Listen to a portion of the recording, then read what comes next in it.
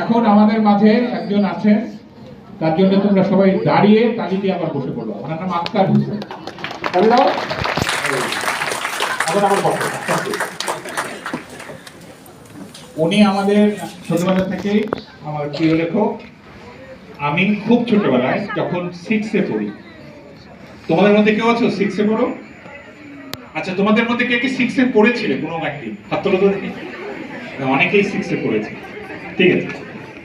যখন 6-এ পড়ি তখন পুরস্কার হিসেবে দুটো বই পেয়েছিলাম। একটার নাম হচ্ছে সমুদ্র অনেক বড়, এটার লেখক ছিলেন আক্তার হোসেন। আর একটা বই পেয়েছিলাম পাতাবাহার, এটার লেখক ছিলেন সত্যেন সেন, ঠিক আছে।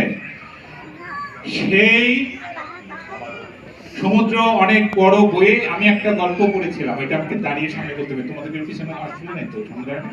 ওকে, সেটা হচ্ছে একটা কোকিল, সে গ্রামে থাকে, বসন্ত হলে ডাকে, কুহু কুহু করে ডাকে, গান করে।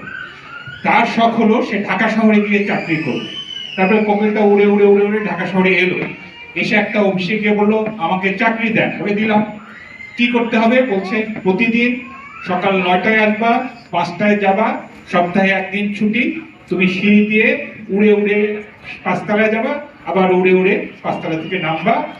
এইভাবে সপ্তাহে 6 দিন তোমাকে চাকরি করতে হবে। মাসের শেষে অনেক টাকা বেতন পাবে। চাকরি করে এবং অনেক টাকা বেতন পায়।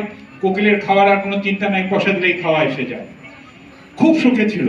হঠাৎ করে একদিন তার মনে হলো আমি তো কোকিল, আমি তো চাকরি করতে জন্মগ্রহণ করি নাই, আমি গান গাওয়া আমার কাজ। এক বসন্তকালে কোকিলের মনে হলো সে গান গাবে। তারপরে সে ছাদে গেল, গিয়ে গান গাওয়ার জন্য একটি গলা খুললো, ঠোঁট খুললো, চেষ্টা করলো, গানের বদলে তার গলা দিয়ে রক্ত বের হতে শুরু করলো। এই নিষ্ঠুর গল্পটাই আক্তার হোসেন লিখেছে। এইটা পড়ে আমি লেখক হয়েছি, হই নাই, হওয়ার চেষ্টা করেছি। সবচাইতে প্রভাব সৃষ্টিকারী লেখকদের আক্তার হোসেন। আক্তার হোসেনকে আমি বলবো কান্নাকাটি করার দরকার নাই।